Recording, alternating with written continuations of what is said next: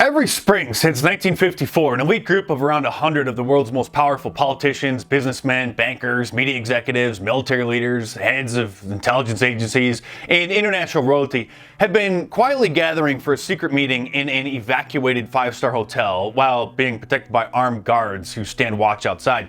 Inside, for 3 days, the attendees engage in lengthy, off-the-record talks about the top issues facing the world.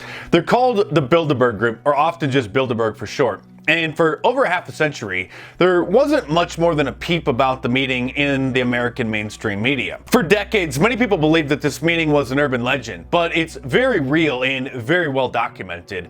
Rumors about the Bilderberg Group do seem like something out of a Hollywood movie with the cliche claims of a secret meeting of a group of wealthy men trying to take over the world. But as crazy as it sounds, in recent years, the allegations about the Bilderberg Group that had floated around the internet for some time began to surface in mainstream media publications. And to many people's surprise, the meeting exists and the, quote, rumors were true.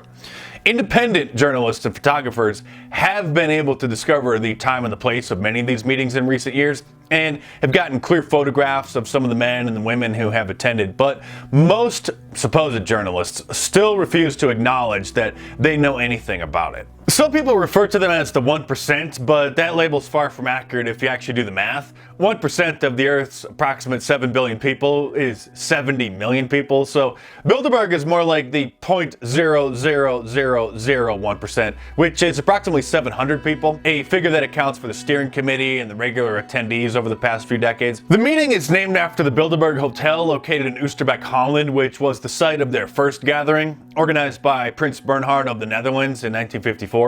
Then, and still today, attendees agree not to discuss publicly who was in attendance or what specifically was discussed, and until recently at least, most of them have denied any knowledge of the Bilderberg Group at all when, on the rare occasion, somebody asked them about it, usually a citizen journalist or a YouTuber. For decades, news of the shadowy Bilderberg Group spread through so-called anti-government patriot circles, in underground newsletters, and conspiracy websites, until the advent of YouTube and social media finally forced some major mainstream media outlets to admit that the Bilderberg Group is real and some very powerful people attend. For years, if anyone called into any of the major syndicated talk radio shows like Rush Limbaugh, Sean Hannity, Glenn Beck, and others, and told the call screener that they wanted to ask about the Bilderberg Group, that person's call would never be put through.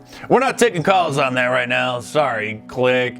And if the person calling gave the call screener a bogus question and happened to be put on air and asked the host about the Bilderbergers, then they would be ridiculed and the call would be dropped immediately. Something that has happened to me many times, by the way, back in the day. Thanks for the call, Mark, KFMB, San Diego. Next, Sean Hannity Show. How are you, Mark?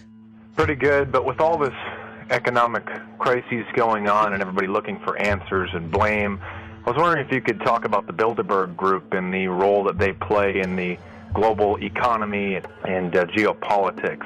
I have no idea what you're talking about. Why pretend for so many years that they don't exist? It's foolish to deny that there hasn't been an arrangement between the Bilderberg Group and the American mainstream media to keep them out of the news and to have the top political analysts and talk show hosts pretend like they don't know anything about them all these years. When 100 of the world's most influential politicians, media moguls, banking executives, and business elites fly halfway around the world to meet for 3 days in a closed-down luxury hotel that's fenced off and surrounded by armed guards, nobody can say that's not a newsworthy or interesting event. Critics who actually have the guts to talk about the Bilderberg Group see them as a small, tightly knit aristocracy or an oligarchy comprised of men and some women who see themselves as having the right to rule because of their wealth and their supposed superior intelligence, who put their own interests above that of anyone else with no regard for the consequences. Many people believe that this meeting is a violation of the Logan Act, which prohibits unauthorized citizens from negotiating with foreign governments,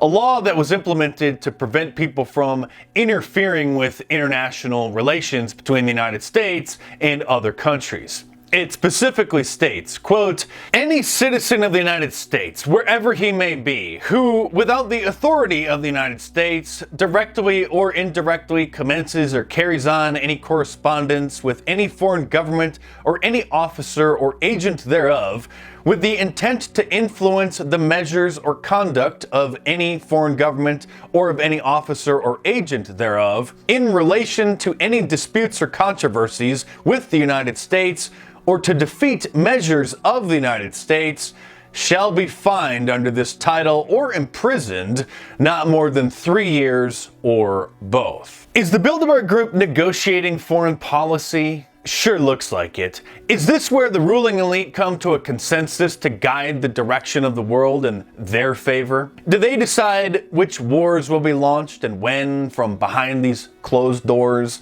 That's what the evidence shows. Is this the real deep state? The shadow government? Now you're asking too many questions. Everyone knows that politics is a dirty business and lying is pretty much the only policy politicians are consistent on.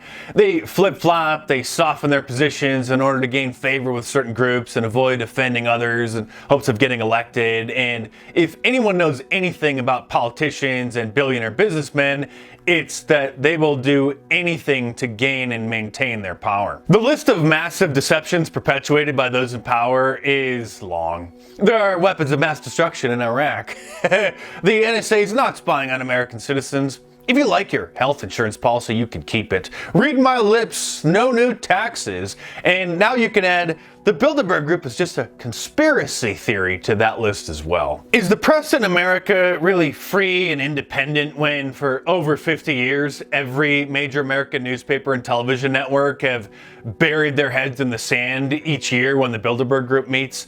Did they all just miss the story year after year, decade after decade? No news editor or journalist can honestly say that the annual meeting isn't interesting and newsworthy. Unfortunately, most of their work is pretty much done. The New World Order is in its final phases. The Big Brother Orwellian surveillance systems have been built to track, trace, and database all electronic communications. The Constitution has been subverted. Most of the population has been sedated, distracted, and dumbed down through endless entertainment available at the click of the mouse or a tap of their finger. Social media giants manipulate the minds of billions of people and censor most information that undermines their agenda. Of course, they control which topics are allowed to trend and go viral and which ones aren't. Come to think of it, have you ever seen Fox News report on the Bilderberg Group? I didn't think so. They don't want to go that far down the rabbit hole. It's just the tip of the deep state iceberg for them. But thankfully, at least for now, I'm still here, and I will continue to expose the globalists who are undermining America while I can. And if you like my videos, then I know you're going to love my books. So order the Bilderberg Group Facts and Fiction in paperback from Amazon.com, or download the ebook onto your tablet from any of the major ebook stores if you want to learn more. And of course, there's a link to the paperback listing on Amazon in the description below. So click the link down there and head on over and check it out.